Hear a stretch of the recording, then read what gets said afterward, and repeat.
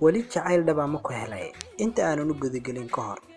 haddii aad channelka ku cusub tahay fadlan subscribe saar, fiidiyowgana like saar, siina share garay oo la wadaag asxaabtaada.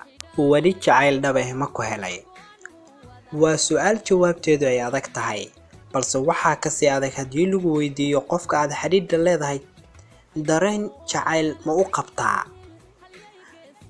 haddaba haddii aad isku aragto 12 qodob, ogaaw jacaylkii dhabta ahaa ayaa ku haya.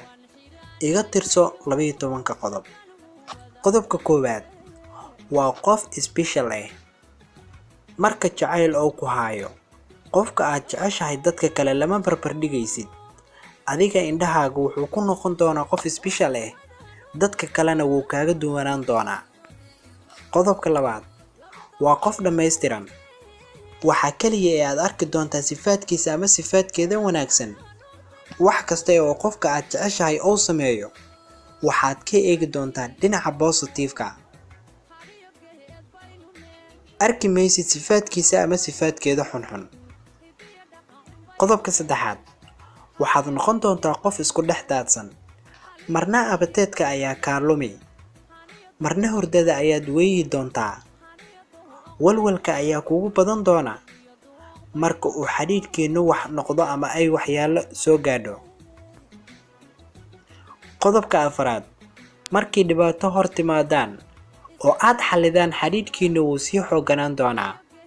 markii caqalado aad la kulantaan oo aad si wanaagsan uga baxdaan waxaa sii xooganaan doona xiriirka idin dhexeeya. qodobka shanaad maskaxdaada ayuu ka guuxi doonaa. dadka jacaylku hayo waqtigooda 85% waxaa maskaxdooda ka dhex guuxa qofka ay jecel yihiin. qodobka lixaad waxaad jeclaan doontaa markasta inaad la joogtid. inta aad ka fog tahayna waxay kugu noqon doontaa karaahi oo waad dhibsan doontaa. qodobka toddobaad inaad mustaqbal la yeelatid ayaad rajayn doontaa. waxa aad ka sii fikiraysaa sida mustaqbalkaaga aad u wada noolaan lahaydeen iyo meesha aad degi lahaydeen. qodobka sideedaad wax kasta waad u huri doontaa. qofka aad jeceshahay waxaa idin dhexeyn doona xidhiidh caadifi ah. dhibaatada haysata iyo xanuunka uu dareemayo waad la dareemi doontaa. sidaa daraadeed wax kasta waad u huri doontaa adiga oo doonaya inaad ka farxisid. qodobka sagaalaad dharkan muu jeclaan doonaa ama may jeclaan doontaa. waxaad isweydiinaysaa marka aad maryo cusub iibsanayso ama aad dharkaadii hore ku labisanayso, muu jeclaan doonaa dharkan ama may jeclaan doontaa. qodobka 10aad waxaad noqon doontaa qof hinaasi badan. qodobka 11aad caadifaadaada ayaa ka awood badanaysa hamigaaga. inkastoo hamidu ay tahay wax bini aadamka lagu abuuray, laakiin marka aad qof jeceshahay caadifaadaada ayaa ka awood badan doonta hamidaada. qodobka 12aad isma kontarooli kartid. dareenkaagu wuxuu noqon doonaa wax awoodaada ka baxsan. laakiin nasiib darro jacaylku maaha mid waara. waa mid marxalad aad u xiiso badan oo nolosha ku jeclaysiin doona ama ku nacsiin doona, laakiin marnaba ma waari doono ama mar uun buu dareenkiisu tegi doonaa.